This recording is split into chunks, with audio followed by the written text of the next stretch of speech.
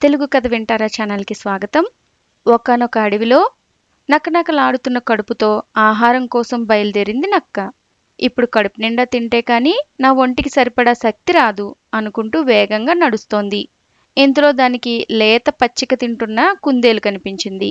అమ్మయ్య, ముందు దీన్ని తినేస్తే కొంతలో కొంతైనా ఆకలి తీరుతుంది అనుకుంటూ కుందేలు సమీపానికి వెళ్ళింది నక్క. అకస్మాత్తుగా వచ్చిన నక్కను చూడగానే కుందేలుకు గుండె ఆగినంత పని అయింది.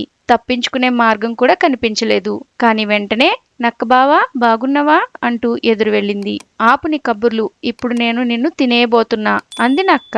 నీకు ఎదురుపడి తప్పించుకుపోవడం సాధ్యమా నక్క బావా? కాని నన్ను తింటే నీ ఆకలి తీరదు. సగం ఆకలితో అతిథిని పంపడం మా ఇంటా వంట లేదు అంది కుందేలు. అయితే ఇప్పుడేమిటి అంది నక్క. పక్కనే మా ఇంటి దగ్గర మా ఇల్లాలు ఉంది. నేను లేకపోతే అది ఒంటరిగా ఉండలేదు. కనుక నువ్వు వస్తే నన్ను దాన్ని కూడా తినేద్దువు. అప్పుడు నీ ఆకలి పూర్తిగా తీరుతుంది. మాకు ఒకరికి ఒకరు లేమనే బాధ తప్పుతుంది అంది. నీ మాటలు నిజమేనా అంది నక్క.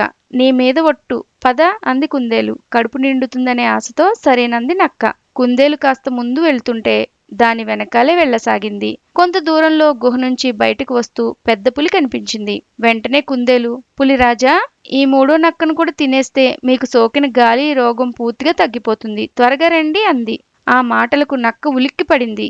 గతంలో ఇలాంటి కుందేలే సింహాన్ని బావిలో పడి చచ్చేలా చేసింది. ఆ విషయం నాకు తెలిసినా ఆకలి బాధ వల్ల దీని మాట నమ్మితే ఇప్పుడు ఇదేమో నన్ను పులికి ఆహారం చేసేలా ఉంది అనుకుని వెనక్కి పరుగు అందుకుంది. తర్వాత కుందేలు తన దారిని తాను వెళ్ళిపోయింది. ఇలాంటి మరెన్నో మంచి మంచి కథల కోసం తెలుగు కథ వింటారా ఛానల్ని సబ్స్క్రైబ్ చేసుకుని పక్కనే ఉన్న గంట సింబల్ని ప్రెస్ చేయండి. మరొక మంచి కథతో మళ్ళీ కలుద్దాం.